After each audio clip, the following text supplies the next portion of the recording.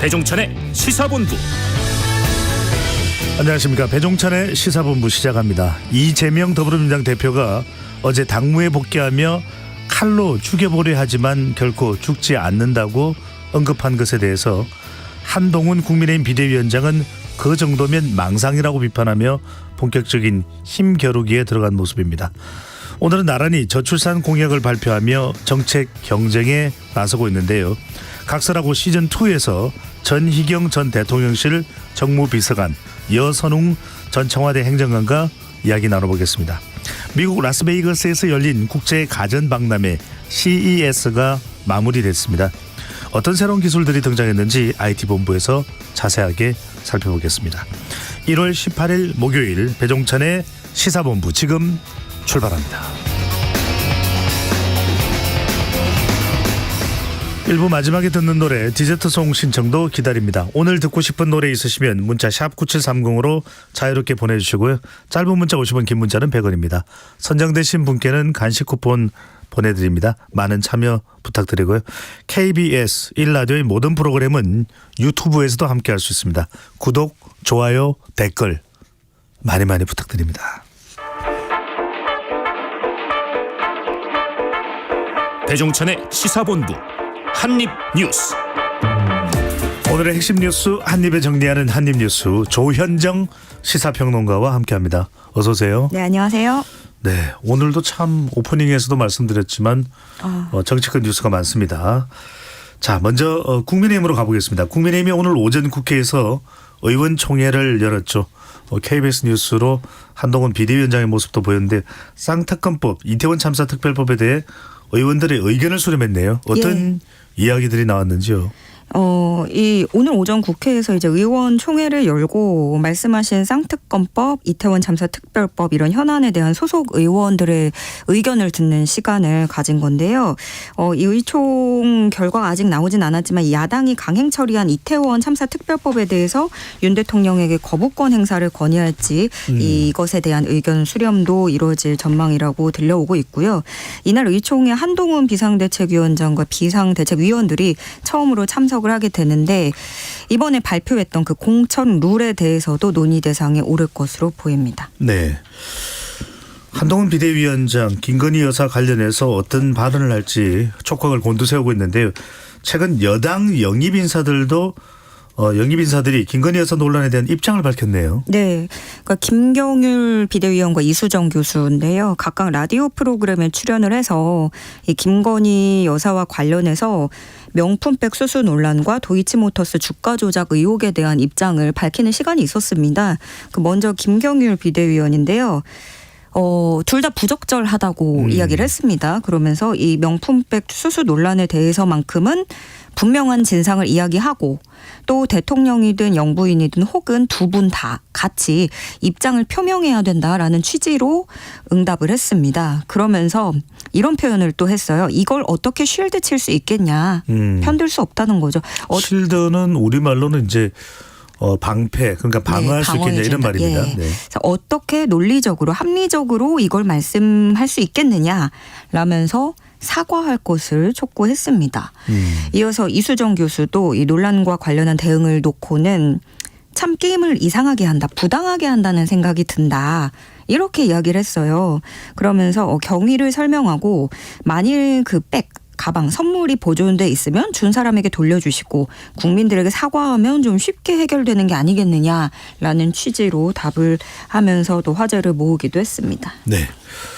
자, 국민의힘은 또 비상대책위원회가 오늘이죠. 전국 당협위원장의 일괄 사퇴안을 의결했네요. 그러니까 그동안 이제 지역에서 당협위원장으로 지역구 활동을 현역 의원은 아니지만 활동해왔던 위원장 자격이 사라진 셈이네요. 네. 그러니까 지금까지 비어있는 자리 46곳을 제외한 모든 곳에 207명이 일괄 사퇴 의결이 됐는데요. 그 국민의힘 당규에 따르면 공직선거에 출마하려는 경우 당협위원장을 사퇴하도록 규정을 하고 있습니다. 당협위원장은 당원 명부에 대한 접근성을 갖고 있다는 게 가장 주요한 이유인데요. 그러니까 현역 의원도 명부에 접근을 할 수 있고, 근데 정치 신인들하고는 여기서 너무 형평성이 안 만든다는 거죠. 그래서 이런 형평성을 맞추기 위해서 사퇴하도록 한다는 건데 다만 또 일각에서는 수도권의 원외 당협위원장들을 대거 정리하는 명분이 될 수 있다라는 시각도 존재합니다. 네. 자, 이번에는 민주당으로 가봅니다. 당무에 복귀한 더불어민주당 이재명 대표가 총선 4호 공약으로 저출생 위기 극복 종합대책을 발표했네요. 네. 어떤 내용들이 포함되어 있습니까? 일단 지금 좀 한창 진행 중이었던 것 같아요. 총선 4호 공약을 발표를 하면서 이재명 대표가 대한민국의 저출생 문제는 전 세계적인 관심사다. 얼마 전에 그 흑사병에 비유됐던 외신들도 소개를 하면서 뉴욕타임스였습니다. 예, 운을 그렇게 떼면서 현재 저출생 상황을 조목조목 짚어냈는데요. 미래의 희망, 불평등, 노동환경 개선, 일가정 양립, 굵직하게 이런 것들을 언급을 했습니다. 그러니까 앞으로 민주당의 그런 정책 방향성을 어디에 힘을 실을지 이걸 제시한 것으로 보이고요. 대표적으로는 출산과 함께 휴직이 등록되는 자동 등록제, 또 아버지의 육아휴직을 일정 기간 강제하도록 하는 부모 쿼터제 등이 포함될 것으로 거론되고 있습니다. 그렇군요. 아버지가 이제 또 배우자가 육아를 아내를 도와줘야 되는 것이 자율적으로 잘 안 되기 때문에 또 네. 강제하는 부모 쿼터제가 민주당의 저출생 대책에 또 포함이 되어 있습니다. 국민의힘도 마찬가지 오늘 저출산 공약을 발표한다고 했는데 발표가 됐습니까? 아니면 어떤 내용이 담겨질 가능성이 있을까요? 지금 이제 기다려보는 입장인데요. 네. 국민의힘이 발표할 그 가닥에는 저출생 지원 대책, 또 육아휴직 의무화 및 대상 자녀의 연령 확대 이런 내용들이 담길 것으로 전망이 되고 있습니다. 이재명 대표 복귀 이후에 민주당도 본격적인 민생 정책을 내놓기 시작을 한 건데 양 당이 지금 이슈 선점에서도 경쟁이 심화될 것으로 보여집니다. 그렇군요. 선거 때만 되면 또 정책 경쟁도 있는데 또 어떤 면에서는 아주 큰 차이가 안 나기도 해요. 비슷한 또 내용에서 어느 쪽이 더 효과적일지 어느 쪽이 더 저출생 대책에 또 도움이 될지 이 부분도 잘 또 확인을 해보시면 좋겠습니다. 자, 여야가 총선 정책 경쟁 본격화하고 있는 가운데 한동훈 비대위원장 이재명 대표 남북관계 관련해서 신경전이 또 벌어지고 있네요. 예, 일단 민주당의 이재명 대표가 그런 현재 불안한 한반도 정세를 고려해서 안보를 직격해서 정권 심판을 띄우는 모습입니다. 이재명 대표는 전쟁이 당장 내일 시작돼도 이상할 것 없는 상황으로 한반도가 내몰리고 있다라면서 정부 여당은 국민의 삶을 대한민국의 미래를 얼마나 위험하게 만드는지 모르는 것 같다. 말 한마디로 전쟁의 참화가 시작될 수도 있다. 이렇게 지적했습니다. 이 두 사람의 신경전, 자신의 피습 상황을 이재명 대표가 빗대서 얘기를 하기도 했어요. 네. 법으로도 죽여보고 펜으로도 죽여보고 그래도 안 되니 칼로 죽이려고 하지만 결코 죽지 않는다라고 말을 했지 않습니까? 그러자 한동훈 비대위원장이 이에 반응하기로 그 정도면 망상이 아니냐라고 응답을 한 것으로 전해집니다. 예, 네. 꽤나 강하네요. 네. 그러네요. 날선 표현들이 오고 가고 있는 상황입니다. 방금 전에 말씀드린 발언 내용은 보도에서 그냥 저희들이 추정해서 말씀드리는 게 실제 발언이 네. 있었던 내용을 그대로 전달을 해드린 부분임을 다시 한 번 더 말씀드립니다. 자, 개혁신당으로 가봅니다. 개혁신당이 상당히 독특한 법을 발의할 것이라고 해서 상당히 주목을 또 받고 있습니다. 오늘 오전에 5호, 6호 개혁신당 정강정책을 발표했는데 떡볶이 방지 특별법이라는 이름이 재미있는데 무슨 내용입니까? 이게 그러니까 허은하 공동창당준비위원장이 이걸 언급을 하면서 소개를 한 건데요. 기업인들의 떡볶이 거부권을 보장하자는 겁니다. 떡볶이 거부권 어떻게 떠오르세요? 기억나는 게 부산의 엑스포 유치 불발 이후에 기업 재벌 총수들을 대거 동행하고 갔을 때 그 떡볶이 먹는 그 장면을 네. 상기시키는 건가요? 그러니까 그 장면 자체만으로도 뭐 화제를 모으기도 했지만 네. 그 후에 많은 해석과 그런 의견들도 나왔었단 말이에요. 뭐 그런 짤 이런 것도 많이 만들어졌었고 어떤 총수는 잘 먹더라, 어떤 총수는 억지로 먹는 것 같다. 뭐 이런 개인적인 해석들도 분분했는데 그러니까 개혁신당에서 주장을 하는 건 기업 총수들은 스탠딩 먹방쇼의 동원 대상이 아니라는 겁니다. 그러니까 끌려갔다는 거죠. 윤석열 대통령이 그 말씀하신 대로 부산 방문할 때 총수들이 대동한 것을 겨냥을 한 거고요. 네. 일단은 대동 그다음에 뭐 끌려갔다라는 것은 주장이기는 합니다. 예, 네. 개혁신당은 그렇게 해석을 하고 있는 것이고 그래서 동원 대상이 아니기 때문에 이들에게 떡볶이를 거부할 수 있는 권리를 줘야 된다라고 떡볶이 방지 특별법을 내놓은 거고요. 다음으로는 이제 교통정책인데 다른 내용도 상당히 흥미롭거나 주목할 만한 내용이 있네요. 예, 이게 그 말씀드린 교통 정책입니다. 65세 이상 고령층에게 제공되는 지하철 무상 이용 혜택. 개혁신당은 폐지하자고 나섰습니다. 대신에 연간 12만 원의 교통지원금을 제공하겠다는 겁니다. 이런 65세 이상 무임승차 제도로 인해서 벌어졌던 그런 사회적 고민에 대해서 대응한 정책인 것 같은데요. 아직도 물론 폐지에 대해서 여전히 찬반 의견은 분분한 상황이죠. 그런데 개혁신당은 이 부분에 대해서 특히나 이 지역 간의 격차를 지적했습니다. 그 도시 철도가 없는 지역에 거주를 하는 분들께는 어르신들 똑같은 어르신이지만 그림의 떡이라는 거죠. 예, 대신에 그래서 전국에 950만 명에 달하는 만 65세 이상 노인에게 월 10,000원에 해당하는 연간 12만 원을 교통카드 형태로 제공을 하겠다. 그리고 이것은 도시 철도, 버스, 택시까지도 다 같이 사용할 수 있게끔 하겠다. 이런 내용입니다. 그리고 12만 원을 다 쓰고 나면 지금 청소년에게 할인 요금을 적용하듯이 그렇게 40%가량 되는 할인율을 들어가서 그 요금으로 버스와 지하철을 이용할 수 있도록 하겠다라고 덧붙였습니다. 그러니까 관련된 국민 또 유권자가 될 수 있으니까요. 과연 또 총선 표심에는 어떤 영향을 미칠지도 주목되고 있습니다. 자, 윤석열 대통령 업무 정책 관련입니다. 어제 열린 네 번째 민생 토론회에서 대주주 상속세 완화에 대한 언급이 있었네요. 네. 일단 그 민생 토론회 주제가 금융 관련한 거였고요. 전반적으로 투자 수익 세금은 폐지하거나 감면하고 그 일전에 얘기했던 공매도 금지, 금융투자세 철폐 기조는 라는 내용으로 정리를 할 수 있겠습니다. 또 양도소득세 대상인 대주주 기준을 완화하는 것과도 맞닿아 있는 전체적으로 연결되는 그런 감세 정책인데요. 윤 대통령은 금융투자라는 수단을 통해서 계급적 갈등을 완화할 수 있다라고 주장을 했어요. 그러니까 지금 마치 그런 투자를 하는 사람들 자본가와 노동자 이렇게 양극으로 섞일 수 없는 것처럼 계급을 나누고 그것이 갈등을 만들고 국민 통합을 어렵게 만든다. 라는 취지였는데요. 그러니까 이에 따라서 이번 민생토론의 주요 골자는 자본시장을 통해서 국민들의 자산 형성을 지원해 주겠다. 라는 겁니다. 과도한 세제가 결국에 중산층 또 서민에게 피해를 줄 것이라는 그 입장은 계속해서 견지를 했고요. 네. 특히나 그 대통령령으로 할 수 있는 거라면 정치적으로 어떤 불이익이 있더라도 과감하게 밀어붙이겠다라고 이야기를 했습니다. 그 상속세 인하 가능성을 시사하기도 했는데 윤 대통령이 어떻게 진단을 했냐면 정부 다른 나라들에 비해서 우리나라가 상속세가 과도하게 매겨지고 이것은 국내 기업들의 가업 승계를 막는 역할을 한다는 거예요. 그리고 주가에도 부정적인 영향을 준다라고 판단을 하고 있고요. 그렇지만 세제 개혁에 관해서 오랫동안 논의도 있었고 하지만 반대 여론도 만만치 않잖아요. 네, 반대 여론도 있죠. 예. 그리고 또 관련 법을 통째로 개정해야 된다는 부분도 있습니다.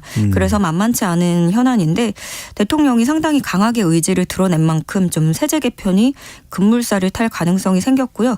다만 그 과정에서 이제 국민들 공감대를 이끌어내고 설득하는 것이 관건이 되겠죠. 네. 주식시장 관련한 법안 또 입법 관련해서 상당히 개인 투자자들에 대해서 우호적인 그런 정책 방향으로 계속해서 또 접근을 하고 있는 모습으로 보이는데 윤석열 대통령이 개인종합자산관리계좌 ISA라고 합니다. 가입 대상자의 비과세 한도도 확대하겠다는 기조도 밝혔네요. 예, 이 개인종합자산관리계좌 ISA는 중산층과 서민의 자산 형성을 목적으로 해서 2016년에 도입한 절세 상품입니다. 네. 지금 가입자 수와 가입 금액이 각각 400만 명, 20조 원에 이르고요. 정부는 그래서 이제 국내 투자형 ISA 상품을 신설하겠다는 거예요. 국내 주식과 ETF 등 국내 주식형 펀드에 전체 투자금의 60-70%를 투자하는 상품 쪽으로 신설할 것으로 가닥이 잡혔고 금융소득 종합과세자들에게 가입 문을 열어주겠다는 건데 그러니까 절세 혜택을 줄 테니까 금융 큰 손들 와서 투자해라 이런 겁니다. 네. 자, 한동훈 비대위원장 행보 또 주목받는 모습이 있었습니다. 어제 서울 마포구에서 열린 서울시당 신년 인사에 참석을 했는데요. 정청래 의원의 대항마로 더불어민주당 소속의 정청래 의원입니다. 김경률 비대위원을 지목을 했네요. 네. 조국 흑서로도 잘 알려져 있죠. 네. 또 그 마포을은 정청래 최고위원이 3선을 한 지역이고 어제 있었던 서울 마포구에서 열린 서울시당 신년 인사회에서 이런 내용을 한동훈 비대위원장이 밝혔습니다. 한동훈 위원장은 서울 마포을 지역구에 더불어민주당 정청래 의원이 있다. 개딸 민주주의, 개딸 전체주의와 운동권 특권 정치, 이재명 개인 사당으로 변질된 안타까운 지금의 민주당을 상징하는 얼굴이 바로 정청래 의원이다. 이렇게 비판을 했습니다. 바로 이 과정에서 여기에는 김경률이 있다. 이렇게 깜짝 발표를 한 건데요. 한동훈 위원장이 소개를 하자 김경률 비대위원이 무대 위에 올랐습니다. 그러면서 낡은 시대와 이념을 청산하라는 과제를 준다면 나는 기꺼이 그것을 받아들이겠다. 이렇게 밝힌 건데요. 상당히 깜짝 발언이었거든요. 그러니까요. 신년 인사회니까 보통 신년 인사회는 특정인의 뭐 출마나 이런 이야기는 보통 하지 않는 경우가 이제 대부분이라고 봐야 되는데 예. 지역의 지역구 의원으로 비대의원을 거명을 했어요. 그죠? 네, 그래서 원희룡 장관 때하고 조금 기시감이 들기도 하는데 네. 이 깜짝 발언 때문에 마포을 당협 쪽에서는 고성을 지르면서 항의를 해서 장내가 시끄러워지기도 했습니다. 그러니까요. 여기에는 지역을 오랫동안 다져왔던 또 김성동 당협위원장이 있는 걸로 알고 있습니다. 네. 그래서 상당히 반발이 나왔다, 현장에서 나왔다 그런 얘기로 알고 있는데 그 말씀을 조금 해보시죠. 국민의힘 마포을 당협에서는 전략공천이라면서 행사장에서도 상당한 반발 목소리가 나왔다고요. 예, 이곳 마포을 당협위원장인 김성동 전 의원은 추후에 인터뷰를 통해서 통보받은 게 없다고 얘기를 했어요. 그러면서 저렇게 굴욕을 주는 게 어딨냐 굉장히 강하게 반발을 했는데 그렇다면 이 김경일 비대위원이 과연 전략공천일까? 이 부분에 대해서는 한 위원장은 아니라고 얘기를 했습니다. 앞으로 이제 또 절차를 밟아서 뭐 시스템에 따라서 공천을 할 거다라는 설명인데 다만 이제 공개석상에서 한 명의 특정 인물을 거론하면서 굉장히 주목을 받게끔 소개한 것 자체가 그 자체가 불공정한 것이라는 당내 불만도 쏟아지고 있습니다. 네. 김성동 전 의원은 경향신문 인터뷰에서 이렇게 얘기를 했는데요. 말을 하는 데는 시간과 장소를 고려해야 되는데 신년 인사회에서 그러니까 당혹스러웠다. 그 자리에 앉아있는 자체가 분했다라고 전했고 또 마음에 둔 사람이 한동훈 위원장이 마음에 둔 사람이 미리 있고 이벤트 효과를 극대화해서 소개한 것이다. 이런 게 어떻게 시스템 공천이냐.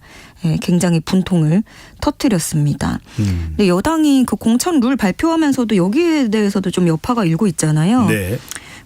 특히 동일 지역구 3선 이상 같은 경우에 이제 감산 페널티를 주는 것에 대해서 좀 중진 의원들은 좀 애써 표정 관리를 하기는 하는데 여기 이제 해당 지역구의 대통령실 용산 출신 인사들이 또 온다고 하면서 긴장감은 고조되고 있고요. 네. 그건 뭐 지역별로 다른 경우니까요. 네. 네. 그런데 이제 뭐 일부에서는 오랫동안 했다고 해서 오래 당을 지켜왔다는 뜻인데 그런 중진을 죄인 취급하는 일이라는 불만, 또 용산 출신을 내리꽂기 위한 정치 작업이 아니냐라는 비판도 나오고 있습니다. 네.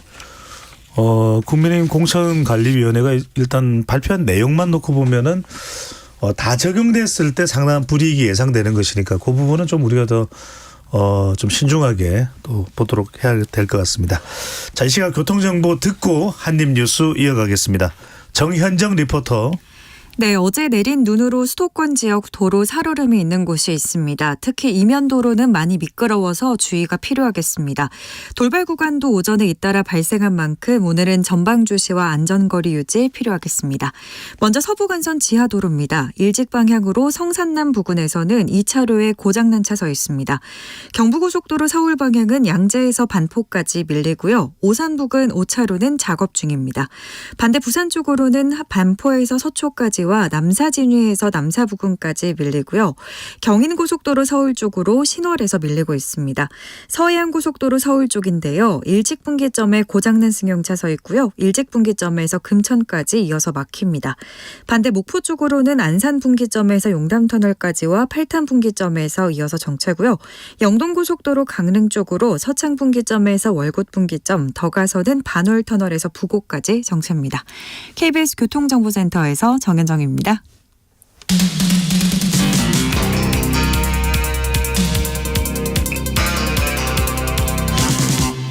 배종찬의 시사본부. 조현정 시사평론가와 한입뉴스 이어가겠습니다. 국민의힘도 그렇고 앞으로 이제 뭐 민주당도 이미 탈당을 한 원칙과 상식의 3명의 의원도 있고 또 앞으로 어떻게 될지도 더 봐야 되겠습니다만 이현주 국민의힘 전 의원이 탈당을 했네요. 네. 오늘 자신의 페이스북에 탈당 신고서 사진을 올렸습니다. 네. 오늘부로 국민의힘을 탈당한다고 밝히면서 과거에 미래통합당에 합류했던 걸 후회한다고 말을 하기도 했습니다. 그러면서 탄핵 직후 총선 전후 비상대책위원회와 당대표가 바뀔 때마다 국민의힘은 때마다 반성한다며 달라지겠다며 고개 숙였지만 전혀 달라지지 않았다. 지금의 국민의힘은 탄핵 당시의 새누리당보다도 오히려 더 나빠졌다라고 이야기했습니다.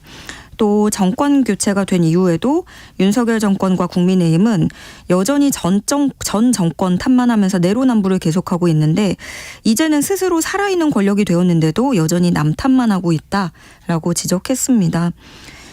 개혁신당이 안 그래도 그 공약을 발표를 하면서 기자회견을 가졌잖아요. 이 자리에서 이현주 전 의원 탈당 소식을 대한 질문도 받았거든요. 네. 그거에 대해서 용기 있는 행동이다 이렇게 평가를 했는데 사전 논의는 없었다라고 또 선을 긋는 모습이었습니다.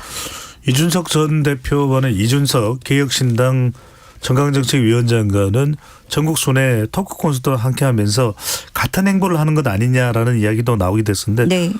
이현주 전 의원이 향후 거치에 대해서 뭐 표명한 내용은 있습니까? 아직은 그런 건 없고요. 없죠. 예. 네.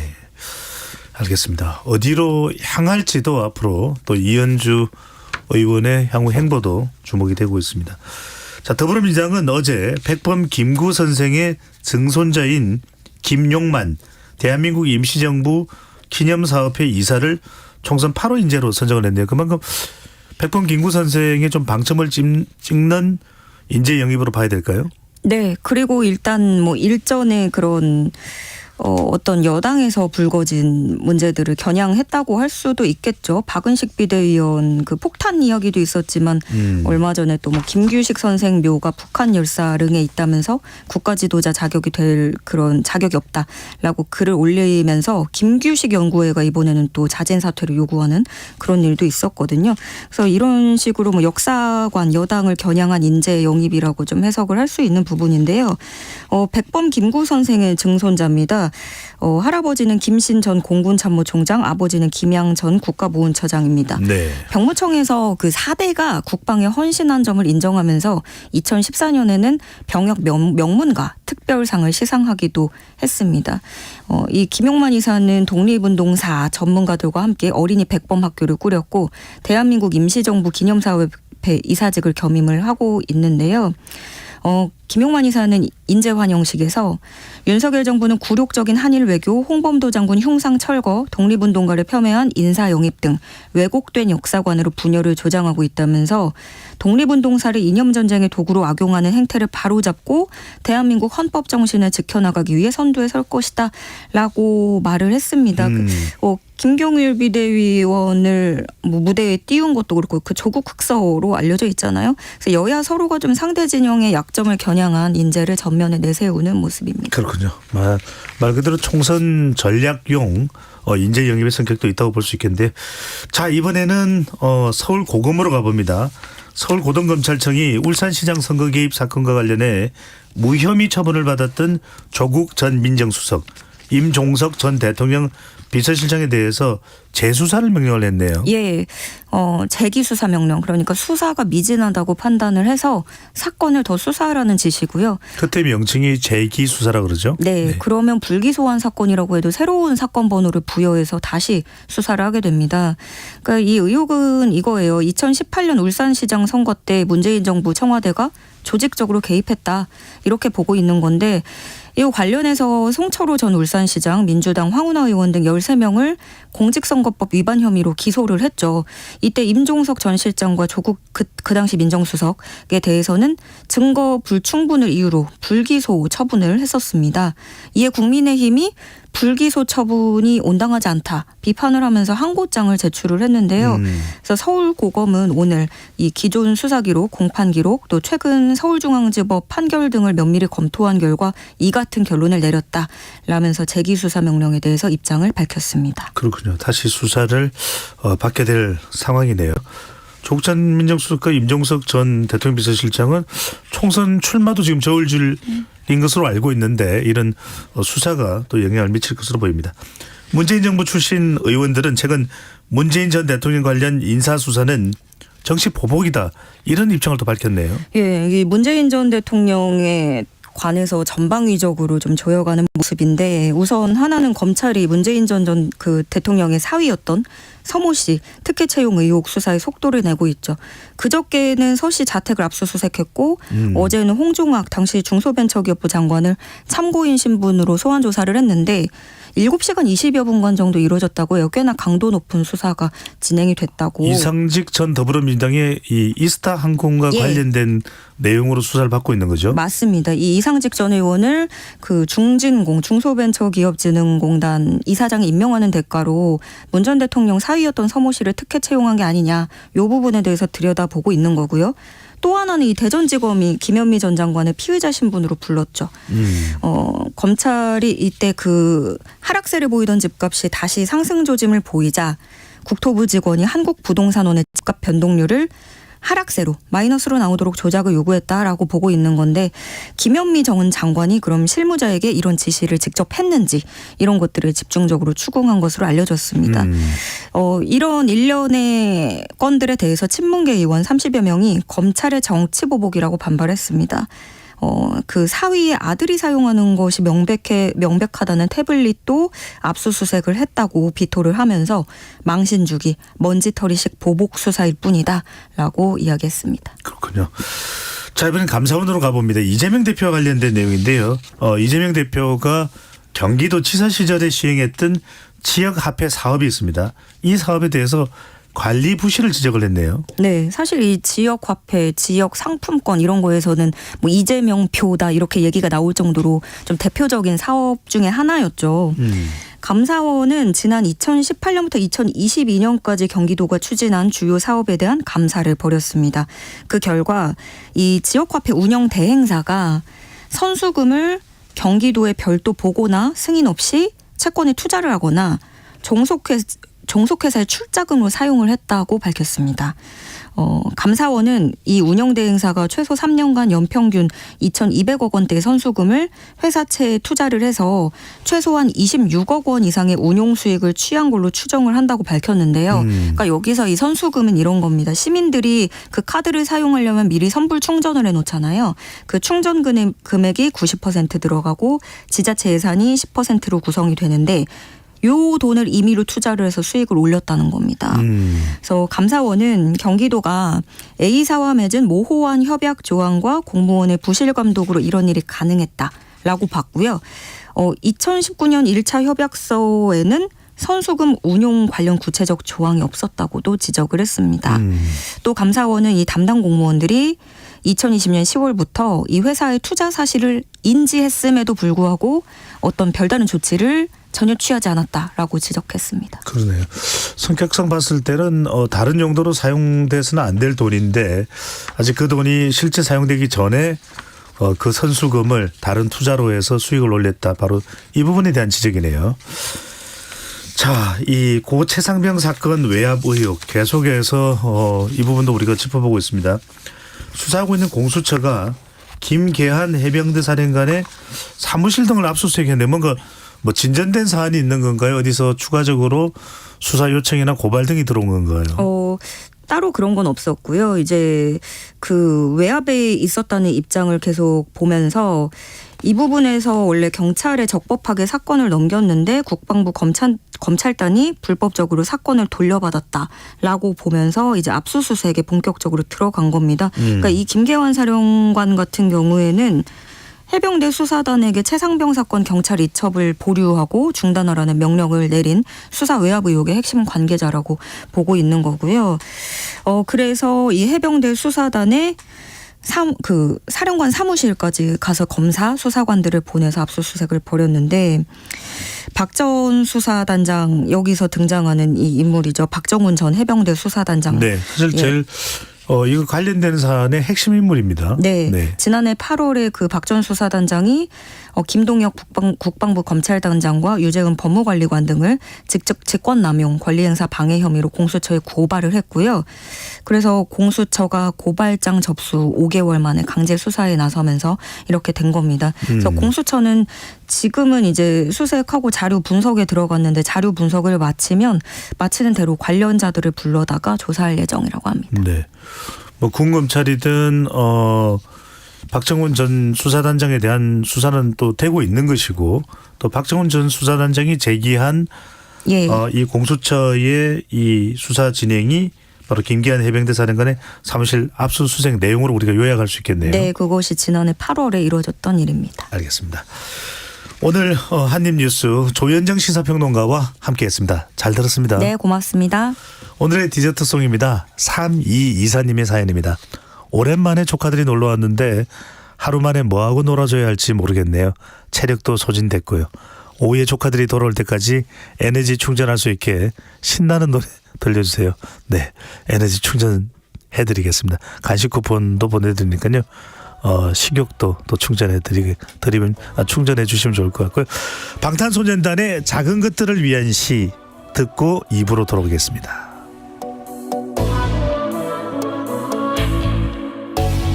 모든 게 궁금해하실 때 Tell me 뭐가 널 행복하게 하는지 Text me Your every picture 내 머리만 듣고 싶어 Come be my teacher 네 모든 걸 다 가르쳐줘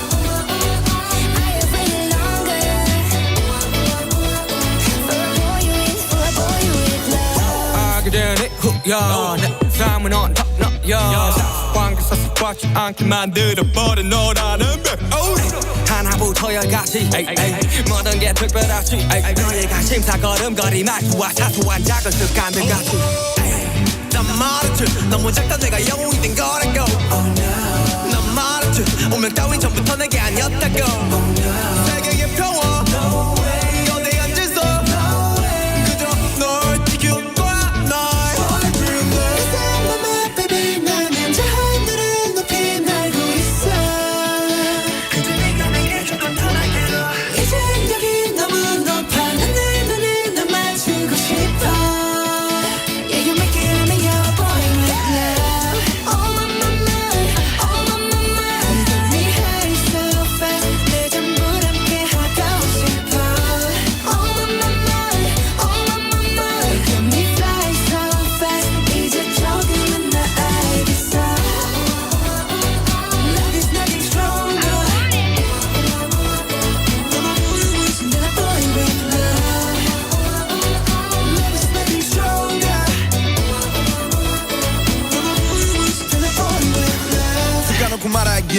나도 모르게 힘이 들어가기도 했어 높아버린 sky 커져버린 헛 때론 도망치게 해달라며 기도했어 But 너의 상처는 나의 상처 깨달았을 때 나 다짐했던 건 네가 준 이 그 후스의 날개로 태양이 아닌 너에게로 Let me fly All of my life, all of my life, need it all of my life. 그 전부 함께 하고 싶어. All of my life.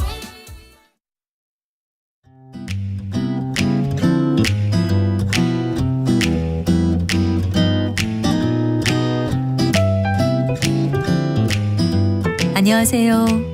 바른말 고운말입니다. 성이 났을 때 갑자기 소리를 지르거나 화를 내는 경우가 있습니다. 이럴 때 버럭이라는 부사와 함께 쓰곤 하죠. 소리를 버럭 지르다, 화를 버럭 내다처럼 말입니다. 또 버럭보다 작은 말로는 바락이라는 부사도 있습니다. 이 바락을 2번 연달아 말하는 바락바락이란 표현도 들어보셨을 것 같은데요. 주로 바락바락 대들다, 바락바락 우기다 같은 표현으로 많이 사용합니다. 이 경우에 바락바락은 성이 나서 잇따라 기를 쓰거나 소리를 지르는 모양을 뜻하는 부사입니다. 그런데요, 이 바락바락이란 말에는 이것과는 다른 뜻이 또 하나 있습니다.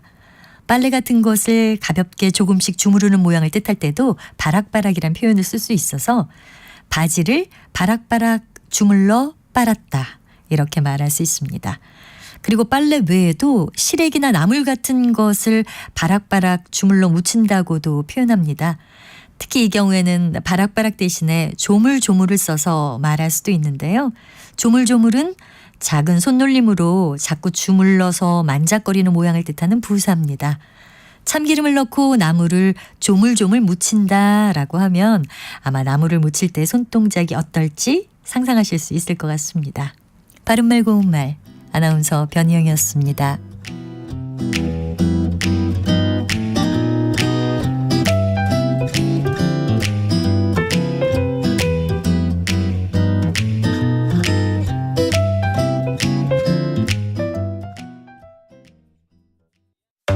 상대 얘기 중에서도 맞는 얘기가 있잖아요. 그러면 예, 거기까지 동감이 이루어졌으니까 그럼 또 요 다음 가시죠. 무슨 정반합 이렇게 가야 되거든요. 이기고 지는 걸 떠나서 좋은 결론을 도출해내셨으면 좋겠어요. 선 넘지 않는 그런 토론. 별로 의미는 없을 것 같아도 그래도 그런 자리가 자꾸 있어야 뭐가 변화가 있을 것 같아요. 그렇게 하다가 보면 뭐라도 뭐 하나 얻어 걸리는 게 있겠지요.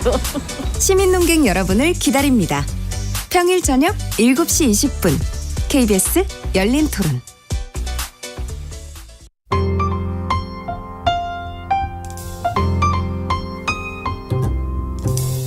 어떤 하루 보내고 계신가요? 눈코 뜰 새 없이 바쁘게 지나가는 한 주. 월요일부터 금요일, 매일 밤 10시부터 12시까지는 오롯이 당신만을 위한 시간입니다. 당신을 위한 지식 쉼터. 오늘 밤 일라디오.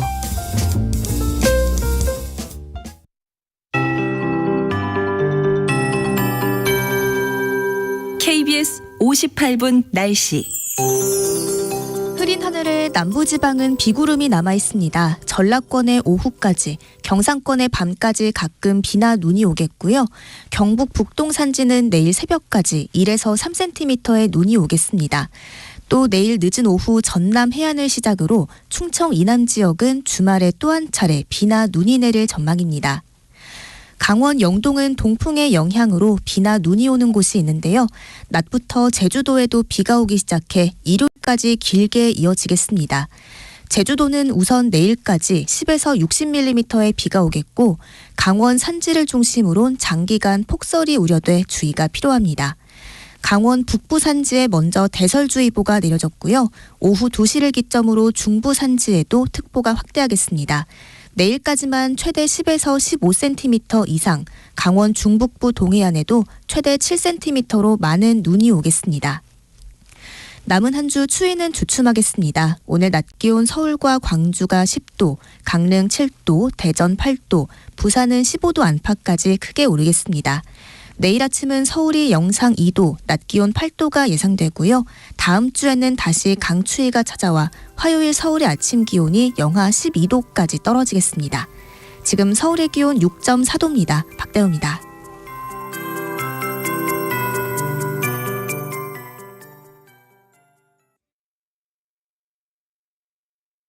정성을 다하는 국민의 방송 KBS가 한시를 알려드립니다. AM 711kHz, FM 97.3MHz, KBS 1라디오입니다. HLKA.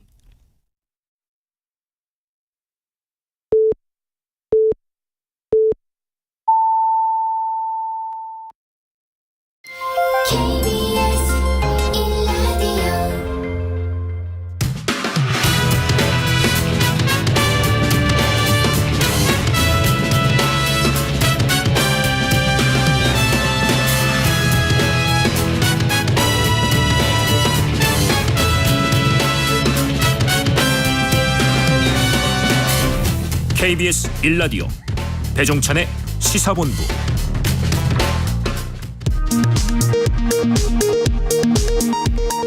이 시각 라디오 정보센터 뉴스입니다.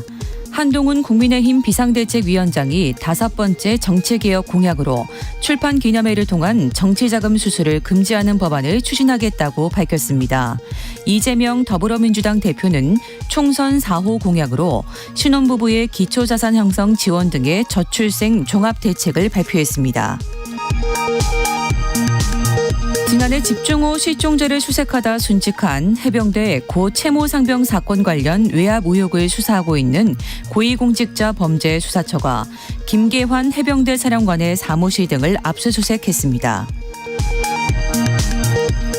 울산시장 선거 개입 의혹 사건과 관련해 무혐의 처분을 받았던 조국 전 민정수석과 임종석 전 대통령 비서실장 등에 대해 서울고검이 재기 수사를 명령했습니다. 공익법인인 장학회 돈 8억여 원을 사적으로 사용한 혐의로 재판에 넘겨진 김만복 전 국가정보원장에게 1심에서 징역 2년에 집행유예 4년이 선고됐습니다.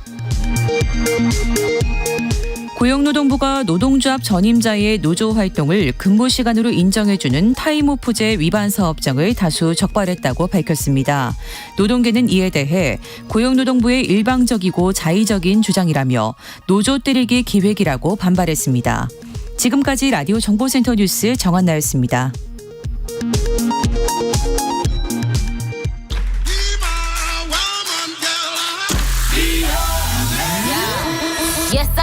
인터넷에서 화제가 된 뉴스를 다뤄보는 스트레이트 뉴스 파이터 시간입니다. 박지원 뉴스캐스터와 함께합니다. 어서 오십시오. 안녕하세요. 네, 첫 번째 소식인데 상당히 또 오늘 감동적인 내용이네요. 네, 오늘 따뜻한. 네네. 첫 번째 주제가 감동적이면서도 배가 고픈 주제입니다. 자신을 안동 라면 할머니라고 밝힌 한 기부자가 자식 없는 어르신들과 엄마, 아빠 없는 아이들에게 편지와 함께 라면 100박스를 안동시청으로 배달했다고 하는데요. 정말 감동적이네요. 얼굴 없는 천사의 선행은 6년째 이어지고 있습니다. 올해도 어김없이 라면 100박스와 편지를 전달받았다고 하는데요.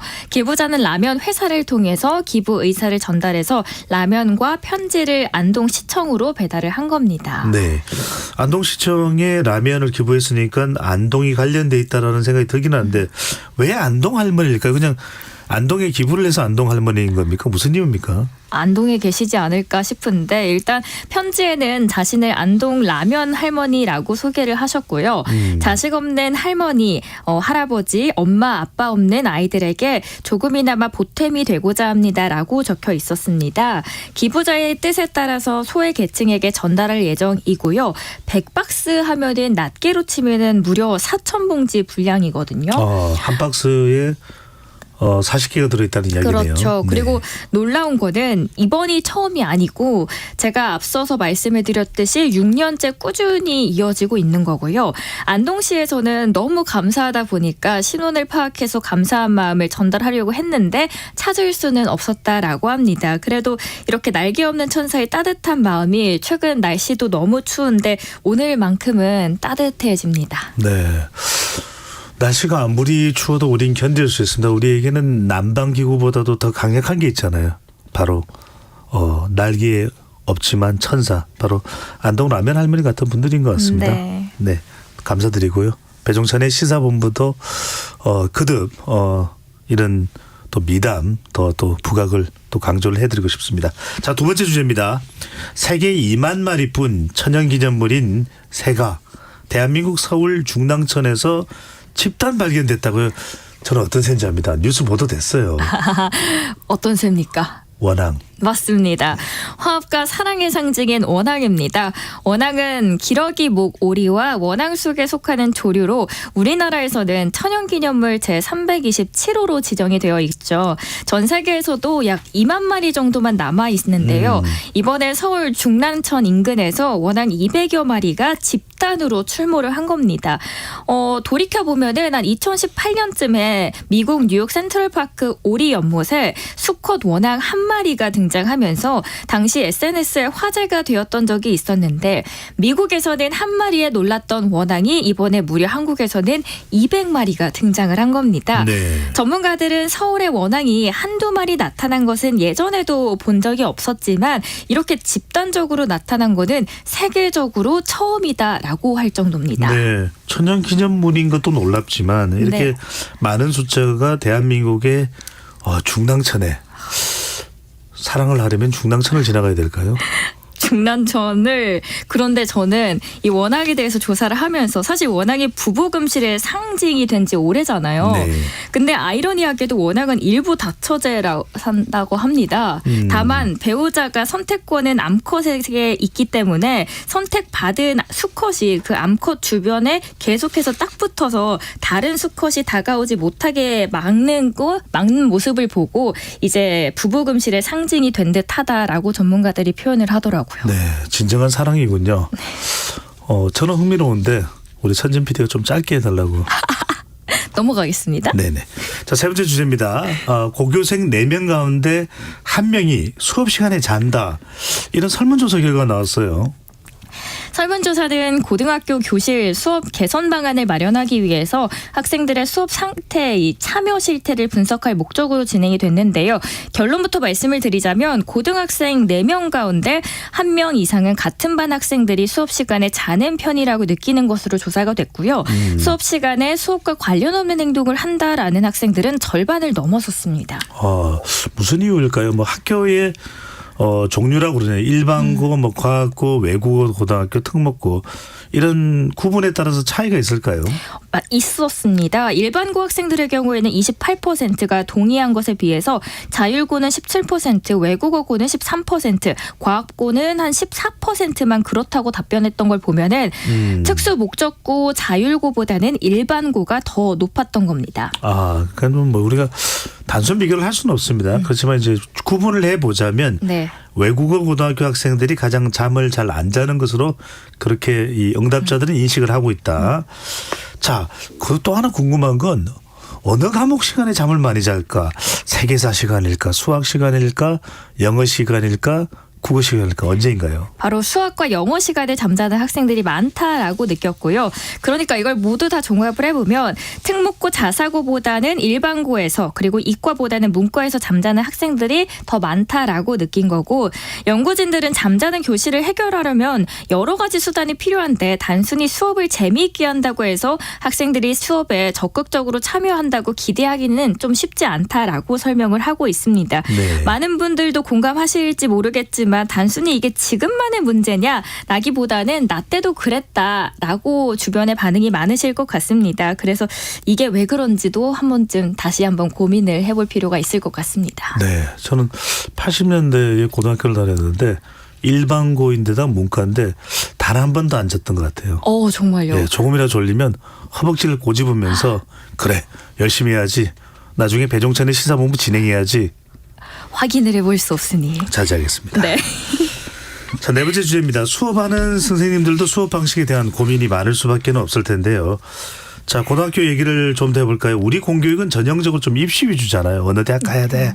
그런데 국민들은 대학 입시에서 가장 많이 반영해야 한다고 생각하는 것은 수능이 아니라 인성이다. 이런 조사 결과가 나왔네요. 우리나라 성인들은 대입 전형 요소 중에 인성이 가장 많이 고려되어야 한다라고 답한 것으로 조사가 됐습니다.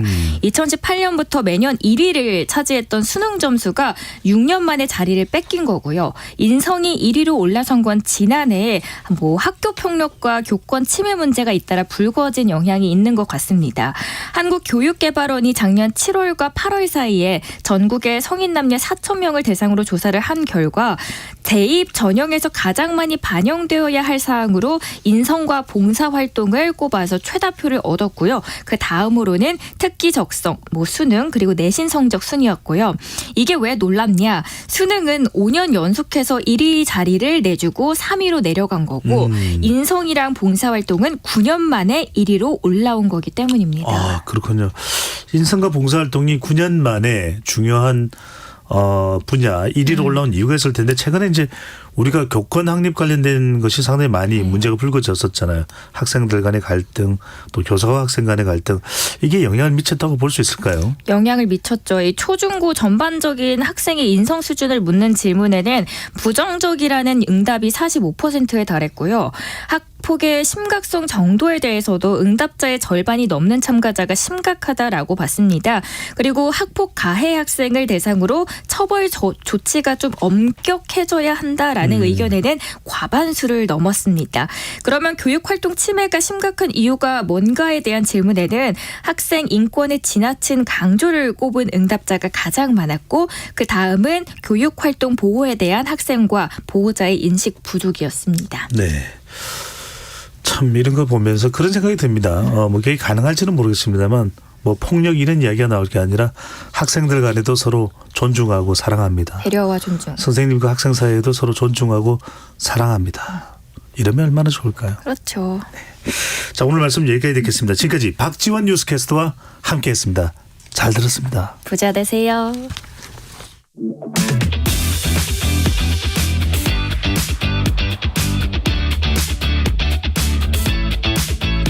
배종찬의 시사본부는 여러분과 함께합니다. 짧은 문자 50원, 긴 문자 100원이 드는 샵 9730. 라디오 어플 콩과 유튜브는 무료로 참여하실 수 있습니다.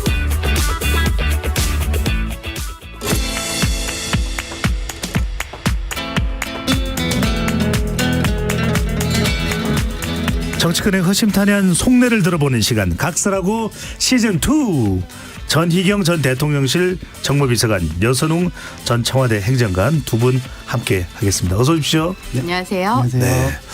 오늘 상당히 불꽃 튀는 접전이 벌어지지 않을까. 왜냐하면 전희경 전 의원께서는 붉은 국민의힘 상징색을 또 입고 오셨고 여선웅 전 행정관은 파란색이라고 봐야 되겠네요. 네. 네. 다크블루입니다. 네네. 우리가 컴퓨터 그래픽 처리는 안 되니까 유튜브에서 다크블루로 밀고 가겠습니다. 자, 이재명 더불어민주당 대표가 당무 복귀했습니다. 첫 일성이 죽이려고 해도 결코 죽지 않는다라는 이야기를 했는데 한동훈 비대위원장은 또 관련해서 마치 정부가 검찰이 야당의 다수당 대표를 죽이려고 한 것처럼 이야기한 것에 대해서 망상이다 이렇게 얘기를 했거든요. 자, 이 발언과 한동훈 비대위원장의 또 대응 맞받아친 부분에 대해서 전 비서관께서는 어떻게 보시는지요?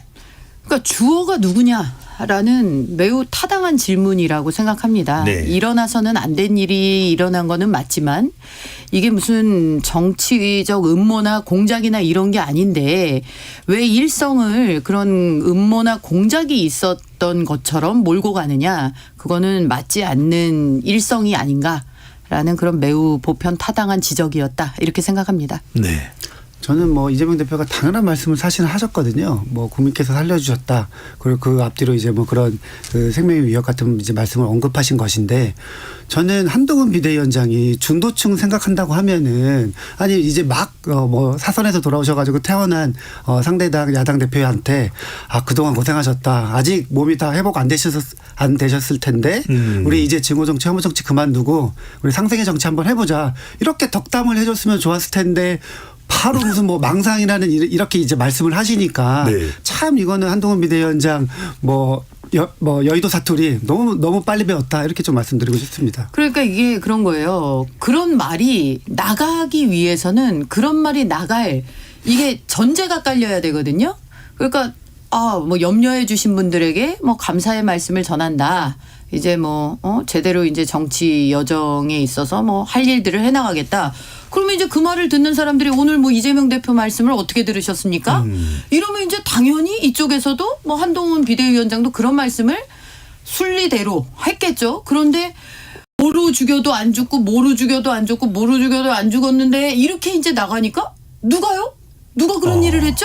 이렇게 나가는 거죠. 그래서 이게 이제 이 ABC라는 게 있고 반응이 있으면은 항상 그에 따른 이제 뭐 작용과 반작용이 있는 것이기 때문에 정치라는 게 항상 내가 이 말을 했을 때 상대의 어떤 반응이 나올까 이런 것들을 생각해야 되기 때문에 이재명 대표 같은 경우에 이제 고민을 했어야 되는데 이런 불행한 정치 테러가 여러 이제 비화를 낳았어요. 그 지방 의료의 문제. 이게 과연 지방 의료 문제를 어떻게 지금 볼 것이냐. 그다음에 뭐 헬기 이송 문제 어떻게 될 것이냐. 지금 뭐 지방 의사회가 막 들고 일어나는 등의 본질이 아닌 비본질적인 것이 본질이 되는 사태 야기를 한 책임도 사실은 이재명 대표가 지셔야 될 부분이 있거든요. 이제 비서관님이 말씀하신 대로 그 이재명 대표가 그런 말씀을 서두에 하셨어요. 그런데 한동훈 비대위원장이 그런 것들은 보이지 않고 이재명 대표의 이제 그 워딩만 뽑아내는 거죠. 약간 짜깁기 정치한 거다 이렇게 조금 말씀드릴 수 있을 것 같고 저는 한동훈 비대위원장이 오로지 머릿속에는 이재명 때리기밖에 없는 것 같아요.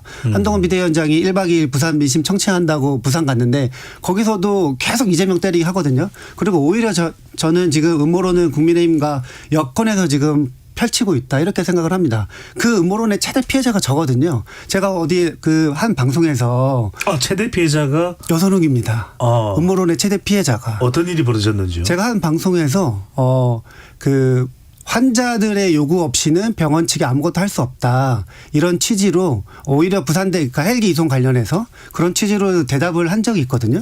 근데 그거 가지고 약간 음모론을 펼치고 의사들이 어떻게 하려고 했다. 약간 위해론 뭐 이렇게 말씀하시고 국민의힘에서도 저를 공식적으로 그 공식 논평에 제 이름까지 언급하시더라고요. 그러면서 이제 막 뭐 여선웅이 뭐 정치 테러리스트 뭐 부산대 의료진을 정치 테러리스트로 만들었다. 이런 표현까지 쓰면서 이렇게 이제 하시는 걸 보고 이건 친위 음모론이다. 이렇게 저는 생각을 합니다. 저는 그런 일이 있었는지를 몰랐네요. 아무튼 그래서 지금 중요한 부분은 이재명 대표를 때리기 위해서 때리는 것이 아니고 이재명 대표는 때릴 수밖에 없는 일들을 많이 하고 계신다. 이것이 이제 때릴 수밖에 없는 일을 그 때린다는 의미는 뭐냐면 정치적으로 비판받을 일을 많이 하신다라는 얘기죠. 본인의 사법 리스크를 포함해서 그리고 사당화라고 표현되는 이재명 사당화라고 비판받는 부분들 그리고 문자를 통해서 현근택 그 부위원장에 대한 문자 논란 이런 부분들을 포함해서 그런 부분을 우리가 소위 말하는 이제 때린다라고 표현하는 비판한다고 표현하는 비판을 안 하면 무엇을 비판하고 그런데 각을 세우지 아니하고 총선 여정을 어떻게 끌고 가며 비대위원장이 당의 최고의 스피커가 그런 부분을 지방을 순회하면서 얘기하지 않는다면 무엇을 얘기할 수 있겠습니까? 그래서 한동훈 위원장이 맡고 있는 지금 현재 맡고 있는 역할이 그런 것이다. 그런 와중에서도 뭐 공천의 룰을 발표하고 시스템 공천을 얘기하고 뭐 혁신안을 얘기하고 하고 있는 과정을 이제 같이 병행하고 있으니까 저희들도 그거를 뭐 하나의 구성원으로서 열심히 보고 있습니다. 하나 뭐 말꼬리 잡는 말꼬리 잡는 건 아닌데 금방 이제 전희경 그 의원님도 이제 다시 해석을 다시 해주셨지만 그 때린다는 표현이요. 그러니까 이거를 유튜브나 뭐 이런 데서는 오히려 그냥 그것만 활용해서 맥락은 전혀 그런 발언이 아니고 정치적으로 비판인데 그런 맥락만 활용해가지고 이제 상대방 공격하는 데 쓰고 있잖아요. 거기에 이제 최대 피해자가 여선웅이었다 이렇게 말씀드리는 겁니다. 아이고 안타깝습니다. 여선웅이 몇 차례 강조가 됐습니다. 자, 이번에 그래서 여선웅 억울해하는 여선웅 전 행정개혁이 좋겠습니다. 각자 그 상대 정당의 국민의힘의 또 공천 이제 과정을 이제부터 보고 계시는 거예요. 어떤 점은 칭찬해주고 싶고 어떤 점은 또 비판할 수밖에 없을까요? 저는 뭐 이거는 이제 저는 이 어쨌든 경선 과정에 있을 수도 있고 내부 이제 자당이 후보가 되는 게 가장 중요한 이제 시점인데 이 시점에서 뭐 제 위치에서 보면은 어쨌든 현역 때 신인의 이 구도가 짜여질 수밖에 없거든요. 원의 신인이요. 근데 국민의힘 같은 경우에는 지금 현역 컷오프가 있습니다. 근데 민주당은 현역 컷오프가 없거든요. 그렇기 때문에 지금 민주당의 시스템은 현역한테 굉장한 유리한 현역 특혜 공천 시스템이다. 저는 이렇게 사실은 계속 주장을 하고 있고. 그런 면에서는 국민의힘의 현역 컷오프를 좀 좋게 보시는 거네요. 그럼요. 이게 어쨌든 국민들 입장에서는 새로운 인물들 혁신 공천 인물 세신 공천 하는 것이 중요한데 국민의힘한테는 그런 것들이 할 여지가 충분히 지도부에게 있지만 민주당 지도부는 그런 혁신 공천을 할 수 있는 룸이 굉장히 부족하다. 왜냐하면은 뭐 지금 사실상 현역들은 다 경선 시켜주려고 하고 있기 때문에 네. 그래서 컷오프가 없으면 그냥 경선한다는 거거든요. 그리고 지난 총선에서 민주당 국회의원들 103명이 공천을 신청했는데 93명이 공천을 받습니다. 그러니까 컷오프가 없으면은 현역 생존율이 90%가 넘습니다. 이렇게 볼 때는 뭐 신인들 입장에서 보면은 국민의힘 공천 시스템이 훨씬 더 세신 공천에 가까운 시스템이다 이렇게 좀 말할 수 있습니다. 네. 더불어민주당 지금 공천 전개되고 있는 상황을 좀 평가를 해주신다면 어떤 점은 좀 비판적으로 어떤 점은 또 긍정적으로 보시는지. 저는 뭐 민주당 공천 시스템을 칭찬드리고 싶은 부분은 사실 별로 찾기는 어렵습니다. 그러나 여선웅 우리 그 전 행정관님의 이런 도전은 응원드리고 싶은 게 이렇게 젊은 행정관분들이 어려운 곳에서 민주당의 그러니까 험지죠. 민주당의 험지에 도전하는 젊은 분들이 많다라는 부분들은 굉장히 진취적인 부분이고 그리고 우리가 참 담고 배워야 될 부분이 아닌가 싶은 그런 생각이 듭니다. 그래서 어려운 곳에서 그 당이 가지고 있는 그런 정책이나 당의 정강들의 우수성 같은 것들을 열심히 호소하는 이런 모습들은 각 정당에서 포기할 수 없는 부분이고 또 그 진정성을 인정받아야만 정당이 또 수권 정당으로서 또 우뚝 자리매김을 할 수 있는 것이고 이런 것이기 때문에 그런 부분들은 굉장히 유의미하다. 이렇게 보고요. 네. 그리고 안타까운 점은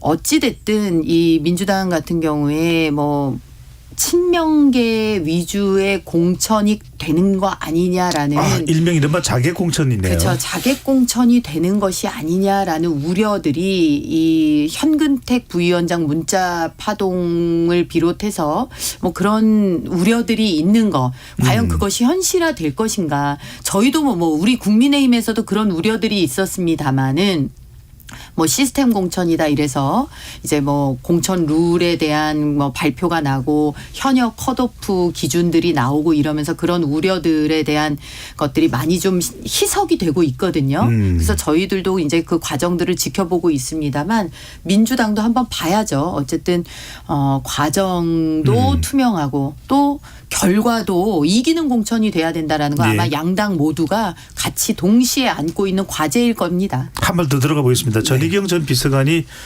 지적한 부분입니다. 이 자객 공천 이른바 비명계에서는 공정하지 못하다 이런 이야기 나오고 있고 또 적격 부적격이 상당히 논란이 되고 있습니다. 미투 논란이 됐던 정봉주 전 의원이 적격, 황운하 의원 적격, 또 노웅래 의원 적격. 이거 어떻게 봐야 될까요? 그러니까 사실은 이거는 국민의힘에게는 이런 예비 후보 심사 적격 부적격 제도가 아예 없거든요. 근데 민주당은 어쨌든 후보를 잘 공천하기 위해서 이런 제도를 두고 있는 것인데요. 거기에 대해서 약간의 이제 좀 일부 뭐 비판에 조금 여지가 조금 있다고는 봅니다.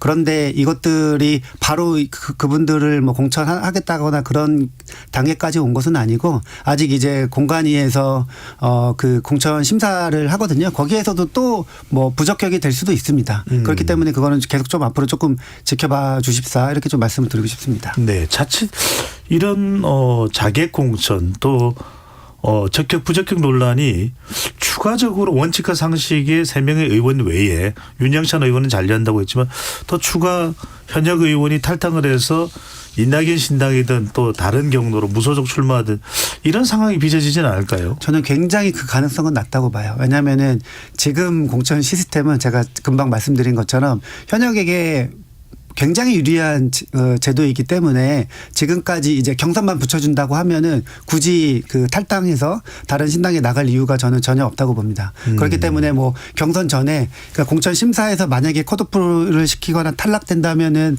뭐 탈당하고 이탈할 가능성이 있지만 뭐 그렇지 않고 경선을 붙여준다고 하면은 현역 의원님들은 남아 있을 가능성이 굉장히 높습니다.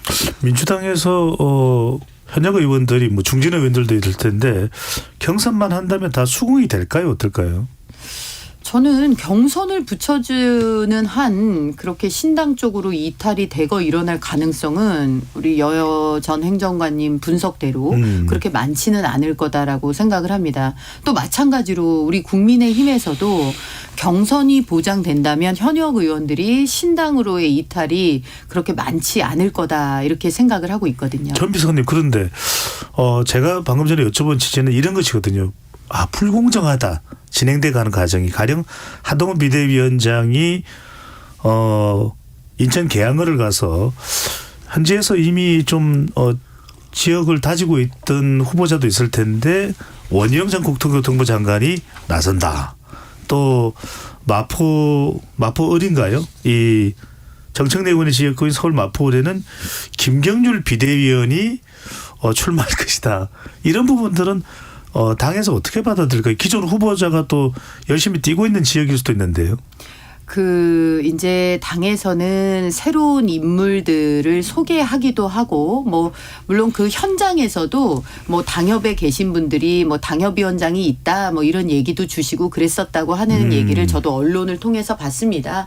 물론 그랬더니 뭐 한동훈 비대위원장 같은 경우에도 물론 뭐 공정한 뭐 경쟁을 거쳐야겠죠, 뭐 이런 얘기도 하시고 그랬다는 얘기를 역시 언론을 통해서 들었는데 과정을 거치는 부분, 이제 현역 당협위원장이 계시고 이런 부분은 과정을 거쳐야 되는 부분은 과정을 거쳐야 되는 부분이고 또 우리가 언론의 주목도가 있는 부분이나 각이 세워지는 부분이나 또 새롭게 도전하는 분들이 또 뭔가 이 586 정치의 청산이라든지 그리고 이재명 대표로 상징되는 어떤 우리 당으로서는 반드시 청산해야 되는 민주당의 그러니까 민주당의 새로운 모습을 위해서라도 이런 분들은 좀 반드시 청산되어야 된다. 이런 부분들을 위해서 반드시 좀 끊어내야 된다라고 하는 데 있어서는 이런 분들이 좀 역할을 해 주셔야 된다. 이런 거를 띄우는 부분들이 그게 양립 불가능한 것들은 아니지 않나 이런 생각도 좀 하고 있어요. 불가피한 그렇죠. 부분으로 봐야 될 수도 있다. 그래서 불가피한 부분이 있기 때문에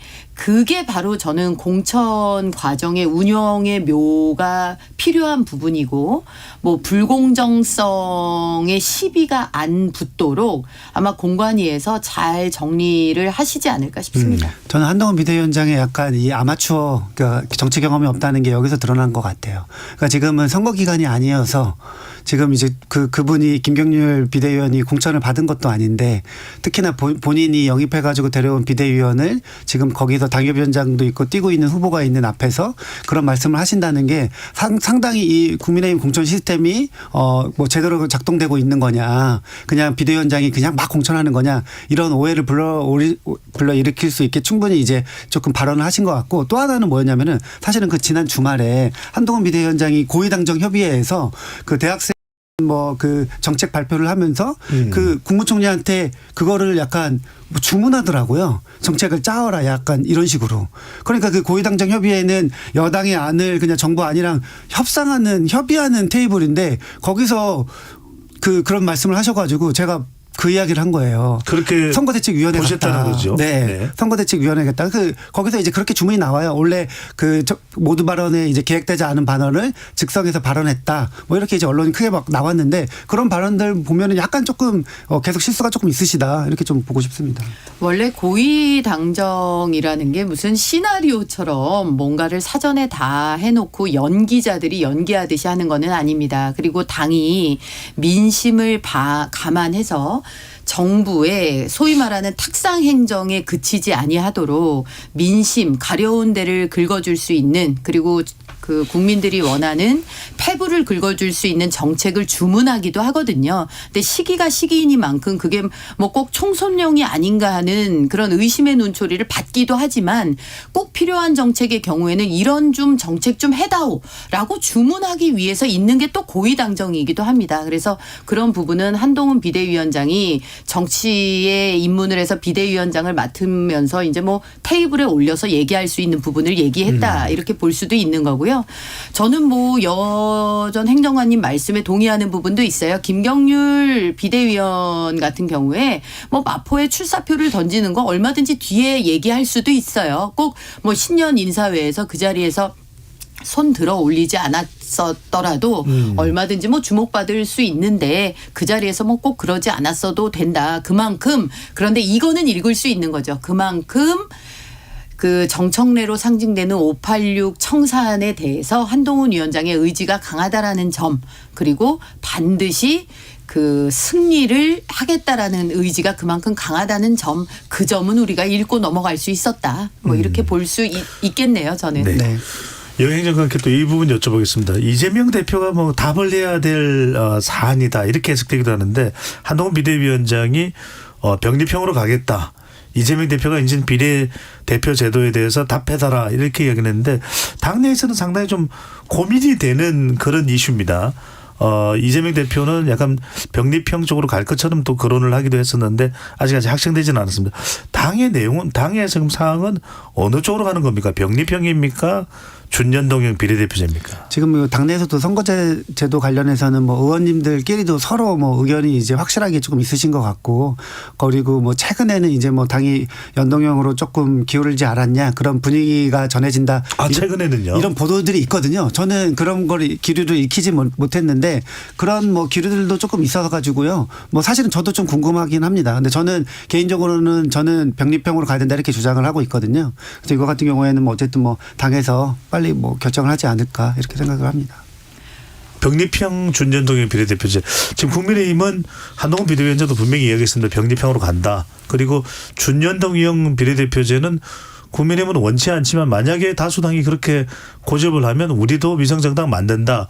어떻게 보시는지요? 저희는 일관되게 병리평을 주장해온 당이에요. 지난번에 21대 총선을 치르기 위해서 무리하게 패스트트랙까지 올려가지고 준연동형을 추진한 정당이 민주당이잖아요.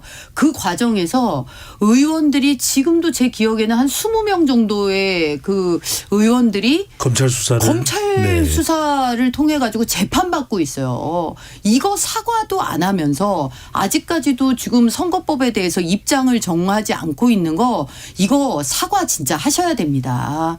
그런데 우리가 지금 보면은 병리평을 하겠다, 그리고 또 똑같이 준연동형을 하거나 연동형 한다, 그러면 우리는 그때와 마찬가지로 위성정당, 자매정당 만들 수밖에 없다. 이게 아주 투명하고 절실한 국민의힘의 입장이거든요. 지난번에도 국민들께 그 말씀을 드렸고 그 말씀대로 저희는 실천을 했습니다. 근데 그때도 민주당은 아니다, 준연동형 하겠다, 위성정당 만들지 않겠다, 이렇게 약속을 드렸거든요. 정의당도 그 약속을 믿었잖아요. 그런데 어떻게 됐습니까? 결국에는 연합정당이라고는 했지만 위성정당을 만들었고 결국에는 자당으로 귀속시켰잖아요. 그런데 그 부분에 대해서 사과도 안 하고 진솔한 평가도 없고 그냥 엉거주춤 지금도 계속 뭐 정의당과의 관계, 그다음에 뭐 기본소득당 등 기타 야권 정당들과의 관계를 놓고서 지금 이 시간까지도 그 선거제 확정을 못하고 있는 거는 나머지 이 21대 국회 동안의 여러 그 소위 법안들을 놓고서 어떻게 이 정부를 압박할 것인가에 대한 결국에 머리수 싸움을 하고 있는 거거든요. 이거는 정치도 아니고 뭐 별것도 아닌 거예요. 뭐냐면 이거는 그냥 심플하게 말하면 정치 공학이거든요. 이런 정치를 하면 안 되죠. 네, 비례대표제 어떻게? 저는 뭐 줄곧,게 이제 연동형 그 선거제는 국민의힘이 위성정당을 만든다고 공언하기 때문에 실패할 수밖에 없다. 그래서 이 연동형 그 선거제가 실패했다고 민주당이 인정하고 사과하고 병립형으로 가야 된다. 이런 주장을 사실은 뭐 계속 하고 있습니다. 저 개인적으로는. 네. 민주당 내에서 그 비례대표제와 관련해서는 좀 시각이 엇갈리는군요. 그렇죠. 네. 연동형으로 가야 된다는 의원님들도 많습니다. 근데 문제는 이거 역시도 이재명 대표의 개인의 유불리에 따라서 결정될 확률이 높은 것 같아서 그걸 염려하는 거예요.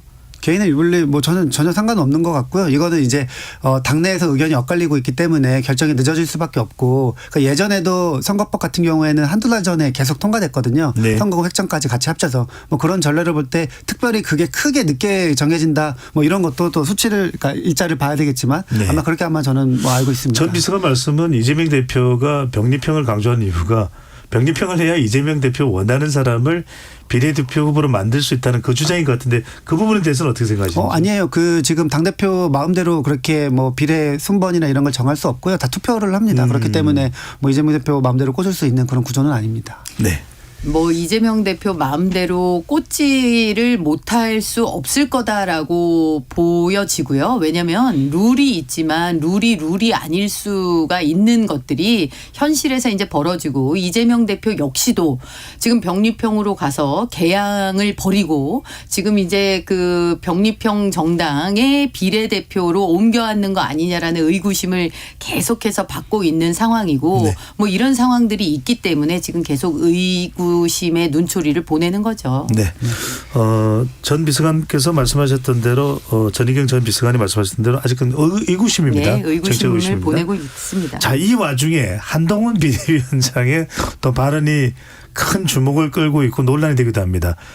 먼저 여선웅 전 행정관께 자, 국회의원 총선 승리하면 다음 23대 국회는 국회의원 수를 250명으로 줄이겠다라는 한 비대위원장의 발언인데 어떻게 평가하시는지? 저는 정치 혐오에 기댄 뭐 그런 발언이라고 생각을 합니다. 그러니까 바깥에서 계속 그 여의도 밖에서 여의도 때리면은 어쨌든 국민들이 뭐 여의도 부신하기 때문에 국민적인 인지도가 올라가고 인기를 얻을 수 있지만 여의도 정치 특히 집권 여당에 대표하시겠다는 분이 여의도 정치를 더 축소시키고 뭐 국회의원들을 계속 뭐 약간 좀 부신을 대상으로 만드는 그런 뭐 발언들 정책들을 계속 하신다는 거는 크게 도움이 안 된다.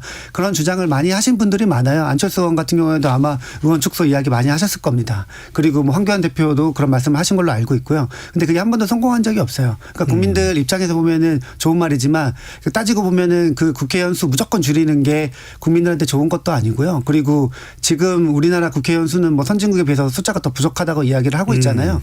그리고 국회의원 수가 줄어들면 국회의원들 특권들이 더 늘어납니다.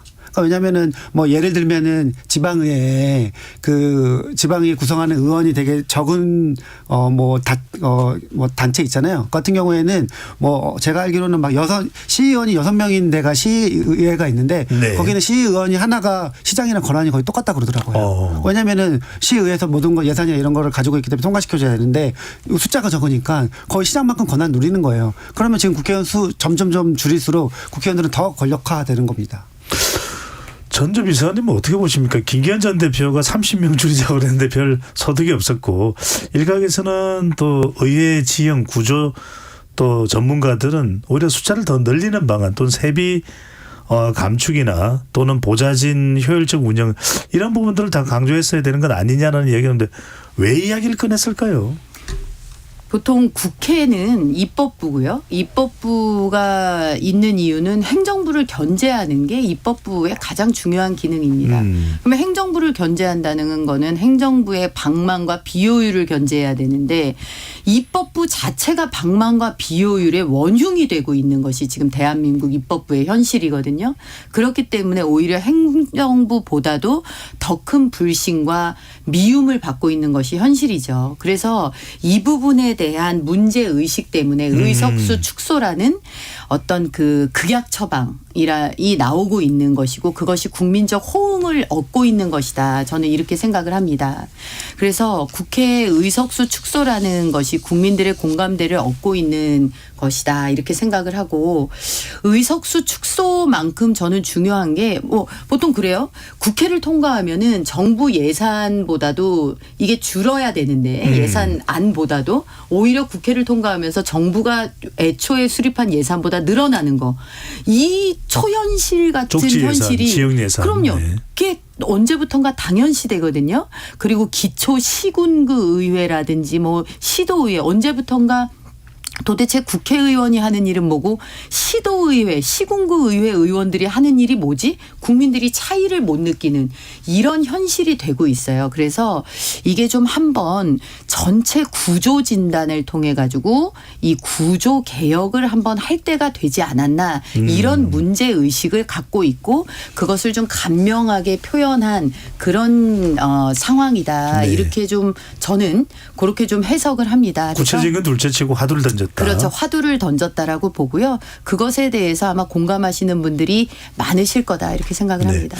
자, 한동훈 비대위원장 한 3, 4주간의 이 행보를 보면서 이런 분석이 나옵니다. 한동훈 비대위원장 개인은 엄청난 인기를 얻었는데 국민의힘 지지율이나 대통령 국정 운영에 긍정 지지율로는 잘 연결되지 않는다. 이런 지적에 대해서는 어떻게 보시는지요? 반은 맞고 반은 틀리다 이렇게 생각을 하는데요. 그동안 우리 당에 있어서 가장 큰 문제는 도대체 왜 이렇게 아무런 주목도 받지 못하고 아무런 센세이션도 누가 일으키지 못하냐라는 아주 그러니까 무관심 정당. 그리고 그냥 정체 지체가 그냥 반복되는 정당이라는 그런 문제점이 있었는데 적어도 한동훈이라는 매기 효과는 일어난 것 같다. 누가 이제 고인물에 한 마리 커다란 매기가 이제 한번 물을 휘저어줌으로써 위아래의 물이 그냥 뒤섞이고 그냥 정체됐던 물이 그냥 한번 이렇게 확 이렇게 휘저어지는 효과는 일어났다. 이런 효과로 한동훈 효과를 볼 수 있겠고 그렇다고 물이 휘저어진다고 해서 이 물줄기가 단박에 뭔가 국민들의 사랑과 신뢰를 회복하는 쪽으로 간다라는 보장을 100% 할 수는 없는 것이죠. 그 과정은 공천을 통해서도 드러나는 것이고 정부가 내놓는 정책이나 이런 것들이 적시타를 또 쳐야 되는 것이고 이런 거는 이제 성과를 통해서 드러나야 되는 것인데 그거는 한동훈이라는 개인이 할 수 있는 것은 아니고 합이 맞아 들어가야 되는 것이기 때문에 지금 이 시기는 실수하지 않고 합도 맞아야 되는 아주 중요한 시점을 우리가 같이 관통하고 있다 이렇게 봅니다. 네. 전 전 비서관께서는 또 명함이 엇갈리긴 하지만 그래도 한동훈 비대위원장이 대체로 잘해 나가고 있다. 이런 점을 이제 강조해 주셨는데 처음에는 민주당에서는 한동훈 비대위원장이 등장할 무렵만 하더라도 한나땡 한동훈 등장하면 나오면 땡큐 이랬는데 지금은 민주당에서는 어떻게 볼까요?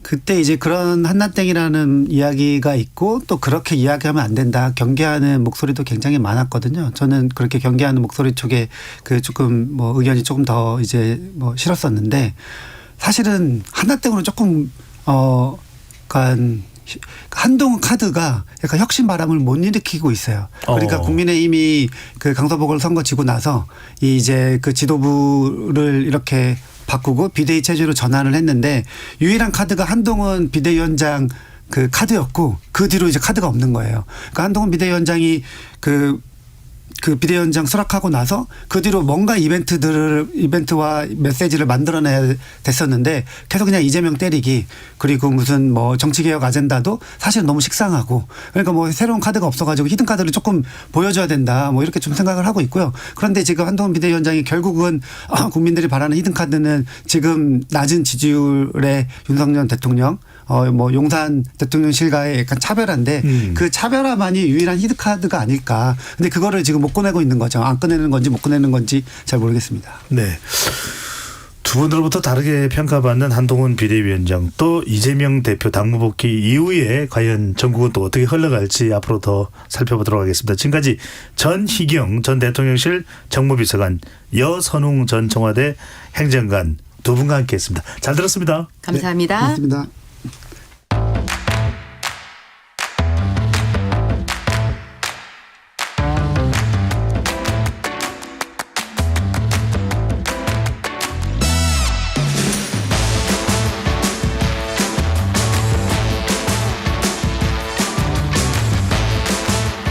알아두면 유익한 IT 이슈들을 IT본부에서 쉽게 정리해드립니다. IT 매니저 김덕진 IT 커뮤니케이션 연구소장 나오셨습니다. 어서 오십시오. 네, 안녕하세요. 반갑습니다. 김덕진입니다. 뭐 영어로 해도 되는지 모르겠는데 웰컴 백입니다. 땡큐입니다. 라스베이거스는 어땠습니까? 라스베가스는 추웠습니다. 생각보다 이번에 추웠고요. 네. 지금 목 상태가 좀 안 좋은데 양해 좀 부탁드릴게요. 오자마자 좀 감기 몸살이어서 다행히 코로나 검사, 독감 검사 다 받았는데 아니라고 그래서 걱정 많습니다. CS 보고 온 건 맞으시죠? 아까 네. 대신 출연하신 연구원께서 태양의 서커스 아니냐 뭐 이야기가 나. 태양의 서커스는 보진 않았고 스피어라고 이번에 새로 생긴 아주 멋진 게 있었는데 거기서도 AI 만나고 왔습니다. AI 로봇하고 대화하고 왔습니다. 자, 정말 CES 뉴스로 접한 분들 많을 테고요. 온 디바이스 AI 또 뭐 HBM 또 모빌리티 정말 숱한 이야기들이 많이 나왔습니다. 대한민국의 미래가 CES에 있다. 바로 컨슈머 일렉트로닉스 쇼, 바로 전자쇼입니다. 네. 자, 먼저 현장 분위기 좀 전해주시죠. 네, 그 코로나 때 이 CES가 진행이 됐었는데 한 번은 온라인이었고 한 번은 약간 반반이었거든요. 근데 이번에는 확실히 코로나 이전 분위기가 나온 것 같아요. 거의 뭐 시장통의 느낌이 날 정도로 사람이 너무나도 많이 있어서 골목골목에 너무 사람 많은데? 라는 정도였고 우리나라 부스들이 항상 인기가 많거든요. 이제 뭐 예를 들면 LG전자라든지 삼성전자라든지 그런 데서는 보려면 한두 시간씩 기다려야 돼가지고 저는 일부러 마지막 날 사람들 빠질 때까지 기다렸다가 마지막 날에 가서 보고 뭐 이럴 정도로 많은 사람들이 있었고요. 10일 날 마지막 가셨군요. 네. 그리고 실제로 이제 그 참여자 수는 미국 다음이 중국이 많았는데 이번에 좀 특징 중에 하나가 부스가 중국 부스는 좀 한쪽에 몰려 있더라고요. 그래요? 네, 이게 아무래도 이제 중국에서 큰 업체가 나왔다기보다는 업체들이 많이 나오긴 했는데 약간 부품이나 OEM 이런 데들이 많이 나왔어요. 그래서 그런지 몰라도 전반적인 분위기는 오히려 좀 한국 부스나 아니면 한국 분들이 좀 많이 보였다라고 말씀드릴 수 있을 것 같고요. 근데 또 조금 아쉬웠던 건 한국 부스가 정말 많았는데 갑자기 여기에 갑자기 한국 부스가 왜 있지? 막 이런 식의. 그러니까는 조금 더 이렇게 뭉쳐서 있었으면 거의 한 층을 다 차지할 수 있을 정도가 한국 분들이 많이 나왔거든요. 그래서 좀 다음엔 그런 것들도 하면 좋겠다라는 생각이 들었고 일단은 좀 특징적인 거 하나를 말씀드리면 보통 원래 CES는 한 10년 후의 미래에 대한 얘기를 많이 해요. 그러니까 우리가 이런 거 할 거야. 와우. 그런데 이게 당장 상품이 나올 거야. 그러면은 아직 잘 모르겠는데 이런 게 많았거든요. 근데 올해는 좀 재밌는 게 10년 후의 미래가 아니라 한 2, 3년 후의 미래의 제품들이 많이 나왔어요. 그 말은 무슨 말이냐? 조만간 출시 예정이거나 이거는 당장 나올 것 같다. 아니면 이거는 지금 어느 정도 돼 있네? 라는 것들이 좀 나왔거든요. 근데 그게 왜 그럴까라고 좀 생각을 해봤을 때 요즘에 경기가 여러 가지 좀 불안전하기도 하고 미래에 대한 어떤 고민들이 있는 상황에서 10년 후의 미래보다는 당장 할 수 있는 것들 이런 것들 좀 위주로 나왔다고 볼 수 있을 것 같고요. 그래서인지 하나 마지막 특징 중에 하나가 이제 일반인들에게 공개하는 세션이 있고 미디어들이나 이제 미리 예약한 사람들에게만 공개하는 세션이 있거든요. 근데 올해의 특징은 그렇게 미리 예약하거나 미디어에게만 보여주는 세션의 비율이 상당히 높았어요. 그 말인즉슨 어떻게 보면 이제 당장 출시될 것들인데 예를 들면 이제 부스에 가면 하루 종일 그것만 보고도 있을 수 있거든요. 그러니까 어떤 특정 부품을 계속 보기에는 좀 막는 듯한 이런 느낌들까지 좀 느꼈다 이렇게 말씀드릴 수 있을 것 같습니다. 말씀하신 대로 현대 기아차 그룹은 운동장 축구 운동장 크기만큼의 또 공간을 확보했다라는 소식도 전해졌는데. 일단 이번 CES 2024를 한 줄로 이렇게 요약을 해 주셨는데 사라지는 AI, 스며드는 미래 어떤 의미인가요? 네. 제가 좀 어떻게 고민하다 이 한 줄을 생각했는데요. 이게 저희 방송에서도 한번 얘기했었어요. 지난 12월에 포브스지에서 2024년부터는 AI라는 말이 사라질 거다라는 얘기 한번 했었습니다. 근데 그게 그럼 없어지거나 눈에 안 보이는 게 아니라 너무나도 흔하고 너무나도 어디에든 광범위하게 쓰이니까 굳이 우리가 AI라고 꼽을 필요가 없다. 일상화가 되는군요. 그렇죠. 그 얘기를 드렸었는데 정말 그럴까 그랬거든요. 근데 이번에 정말 그대로 느꼈어요. 이제 AI가 안 들어간 게 없습니다. 모든 제품, 심지어 우리가 알기는 화장품 회사들 이런 데들도 다 AI 하고 있고요. 뭐 다양한 데들에서 그냥 AI가 다 나오다 보니까 이제는 AI라는 말 자체가 중요한 게 아니라 그럼 그걸 통해서 우리 소비자들에게 어떠한 가치를 줄 것이냐, 이걸 통해서 어떠한 유용성을 줄 것이냐, 즉 어떤 미래를 보여줄 것이냐가 중요해지다 보니까 AI라는 단어에 대한 뭔가 열정이나 열광보다는 이제 미래에 대한 좀 구체적인 비전이나 미래에 대한 연결 포인트들 이런 것들을 좀 많이 보여줘서 그래서 이제 사라지는 AI 스며드는 미래 뭐 이렇게 표현을 해봤습니다. 그러니까 AI가 이제 특별한 것이 아니라 일상적이다라는 의미에서 사실상 모든 사람들이 다 AI를 이야기하면 이제 특별할 게 없어지게 되는데 기조연설부터 참여하는 모든 기업이 AI 그렇게 진행이 됐다면서요. 네, 근데 이게 기조연설도 상당히 재밌는 게요. 말씀하신 대로 원래 CES니까 컨슈머 일렉트릭 쇼니까는 이게 소비가전으로 생각을 많이 하시잖아요. 근데 당연히 기조연설자라고 하면은 그 쇼의 중요한 사람들이잖아요. 근데 이 회사들이 재밌습니다. 뭐 예를 들면 우리가 알고 있는 삼성 이런 데가 기조연설한 게 아니라 일단은 로레알. 화장품 뷰티 회사 있죠. 그 회사가 이제 첫날 처음 기조연설을 했고요. 그 외에 월마트 아니면은 뭐 베스트바이 또 우리나라 HD 현대 나스닥 퀄컴 이런 데들이 했어요. 그러니까 이거 이상하네? 라고 느끼실 수 있죠. 네, 그만큼 반대로 말하면 그런 산업들에도조차도 다 이제 AI 데이터 이런 것들이 들어갔다는 거예요. 그래서 이들이 이야기했었던 것들이 예를 들면 월마트 같은 경우로 치면 월마트에 뭐 물건을 어떻게 놓는 배치부터 시작해서 그 거기에 있는 점원들이 물건에 대해서 찾는 것 혹은 이제 우리가 주문을 할 때 뭐 예를 들면 인터넷에서 주문할 때 심지어 이런 것들까지 나오는 거예요. 뭐냐면 제가 요즘에 아시안컵 시즌이잖아요. 아시안컵 시즌에 제가 축구를 보고 싶어요. 근데 축구 보면서 먹을 것도 막 사고 싶잖아요. 그러면은 제가 예전에는 먹을 거 검색을 따로 하잖아요. 근데 얘한테 이제 온라인 쇼핑몰 뭐라고 물어보냐면 나 오늘 아시안컵 볼 때 먹을 만한 것 좀 갖다 줘라고 하면 얘가 알아서 그거를 장바구니에 싹 담아서 한 번에 주문할 수 있게 해주는 거예요.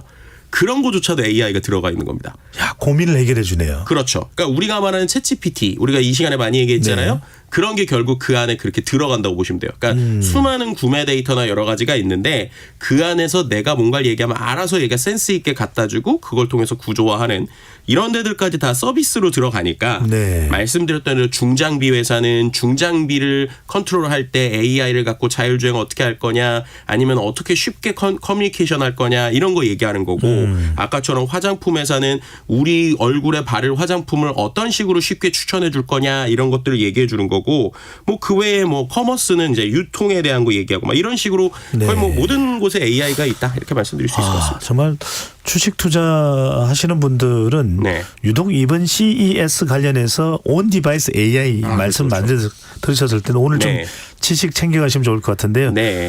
김덕진 소장이 있으니까요. 온 디바이스 AI, 클라우드 기반 AI 무슨 차이가 있는 겁니까? 아주 쉽게 설명드리면 우리가 AI를 어디에서 구동시키느냐의 차이예요. 그러니까 챗GPT 우리가 얘기 많이 했잖아요. 챗GPT가 인터넷이 끊어지면 되나요? 안 되나요? 안 될 것 같은데요? 안 되죠. 왜냐하면 그 웹사이트에 있는 거잖아요. 그렇죠. 근데 한번 생각을 해보면 우리 스마트폰 안에 이미 AI가 많이 들어가 있거든요. 예를 들면은 사진 보정하는 거.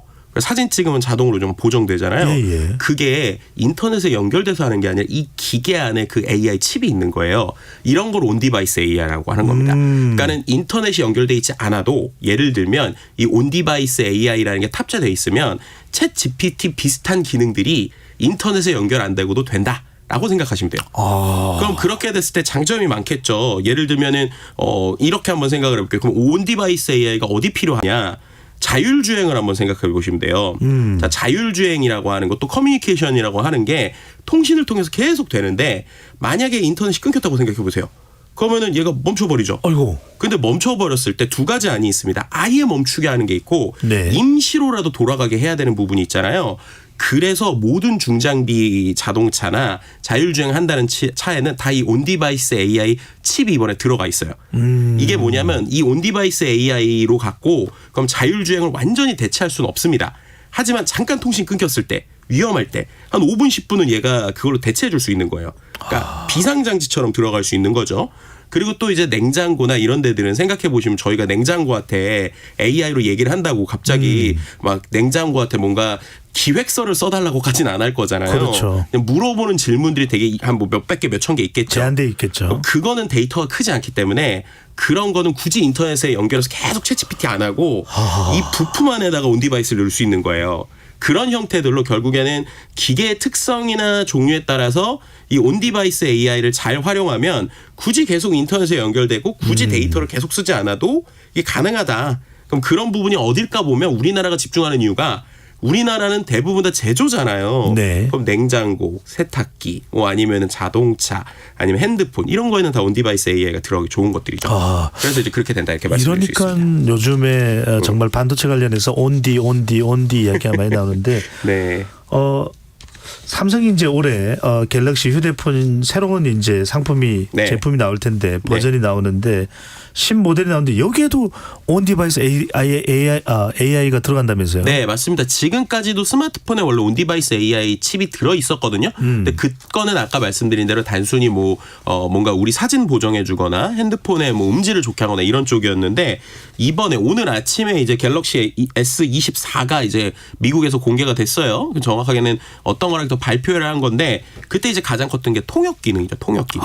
네, 원래는 이제 우리가 뭐 예를 들면은 지금도 통역기 온라인으로 많이 하잖아요. 근데 그것도 인터넷 끊기면 안 돼가지고 막 일본 여행 갈 때 꼭 막 이렇게 테더링하고 연결해서 가고 이러시는 분들 많잖아요. 데이터하고. 불편하죠. 근데 데이터 이제 요금도 나가고. 그렇죠. 근데 이제 이게 기계 안에 탑재되는 거예요. 무슨 말이냐? 비행기 모드나 인터넷이 연결이 안 돼 있어도 스마트폰에서 바로 통역이 되는 겁니다. 와. 네, 그렇게 되면은 이제 예를 들면 녹음한 음성도 거기서 낼 수 있고 심지어 이게 또 문자 보낼 때도 모든 문자 서비스들 예를 들면 뭐 톡이든 일반 문자든 메모든 이런 데 다 온디바이스 AI가 탑재돼 있어요. 그럼 뭐가 장점이냐? 만약에 번역을 하려고 웹 서비스를 왔다 갔다 하면 뭐 그거를 우리가 데이터가 그들에게 오픈되진 않겠지만 어쨌든 다른 데에 내 문자 내역이 데이터가 한번 가긴 가야 돼요. 그래야 거기에서 문자 내역을 번역해 줄 거잖아요. 근데 이 기계 안에서 번역해 주는 게 있다. 그럼 제가 문자를 보낼 때 굳이 그 문자 내용이 어디 웹 서비스에 갈 필요가 없겠죠. 외부로 나갈 이유가 없네요. 그렇죠. 이 안에서 되니까. 그래서 이제 보안적인 측면에서도 이 온디바이스 AI라고 하는 거에 관심이 상당히 많아요. 근데 그런 점에서 이번에 삼성에서 출시된 거에 뭐 메시지, 그다음에 우리가 통화할 때도 통화에 있는 걸 약간 완벽한 실시간은 아니지만 마치 내 옆에 통역가가 있는 것처럼 그러니까 내가 얘기하면 통역이 바꿔주고 또 저쪽에서 얘기하면 통역이 바꿔주고 이런 형태로는 구현이 되고 좀 재밌었던 것 중에 하나가 심지어 상대방은 일반 전화기 있잖아요. 집전화. 네. 집전화로 외국어로 얘기를 하는데 제 휴대폰으로는 우리나라 말로 들리는 거예요. 와. 네, 이런 것들까지 이제 스마트폰끼리가 아니라 통신과 상관없는까지 되는 뭐 이런 것들도 상당히 좀 놀라운 기술이라고 볼 수 있어서 네. 실제로 제품이 나오면 어느 정도의 센세이션을 일으킬지 좀 지켜봐야 될 것 같다고 말씀드릴 수 있을 것 그다음 같습니다. 말씀드립니다. 이 통역이 된다고 해서 엄마 아빠 나 영어 공부 안 할래요. 아이, 이거 그러면 안 돼요. 아니라는 말씀드렸고요. 네. 자, 온디바이스 AI가 앞으로 이제 더 확대될 텐데 네. 수혜를 받는 이 질문이 중요합니다. 받는 관련 산업 종목 뭐 섹터 어디가 있을까요? 일단은 역시 반도체죠. 왜냐하면은 말씀드렸던 것처럼 이 반도체가 이제는 AI 칩이 냉장고도 들어가고 심지어 선박도 들어가고 뭐 별의별 데 다 들어가니까 연관돼서 뭐 우리나라는 뭐 하이닉스 삼성이고 해외에서는 뭐 인텔 퀄컴 이런 데가 당연히 이제 관심을 받을 수밖에 없고요. 또 중요한 것 중에 하나가 그런 거를 잘 하려면 데이터가 잘 정제되고 시스템화 돼야 돼요. 왜냐하면 온디바이스는 아까 말씀드린 대로 인터넷에 연결되는 게 아니기 때문에 뭐 말도 안 되게 계속 큰 데이터를 관리할 수가 없어요. 그러니까 최적화되고 정리된 데이터를 잘 만들어야 되거든요. 그래서 그런 데이터 관리하는 쪽, 그다음에 이거를 잘 만들고 시스템 만드는 쪽, 이쪽이 좀 중요할 것 같고요. 또 한 가지 보안 분야가 이제 갈수록 더 중요해질 수밖에 없어요. 왜냐하면 한 번 뚫리면 이제 정말로 다 뚫리는 거예요. 심지어 제가 봤던 CES에서 놀라운 기술 중에 하나가 전 세계에 있는 트랙터들 있잖아요. 예. 그걸 스마트폰으로 다 원격 조정할 수가 있거든요. 그래요? 네, 그럼 존 디어에서 나왔는데 반대로 말하면 그거 하나 뚫리면 전 세계 트랙터가 이제 다 원격으로 조정이 돼버리는 뭐 이런 일들까지 발생하니까 정말 영화에서 보는 일 안 생기려면 보안 분야 중요할 수밖에 없다. 뭐 이렇게 말씀드릴 수 있습니다. 네, 정말 깊숙이 지금 CES의 사후 이야기로 지금 깊숙이 빠져들고 있는데 네. 오늘 뭐 시간이 충분하지 않습니다. 그래서 자동차 이야기도 해봐야 되고 디지털 전환도 있고 이건 다음 주에 해야 되겠네요. 네, 다음 주에 또 계속해서 재미있게 말씀드리도록 하겠습니다. 네.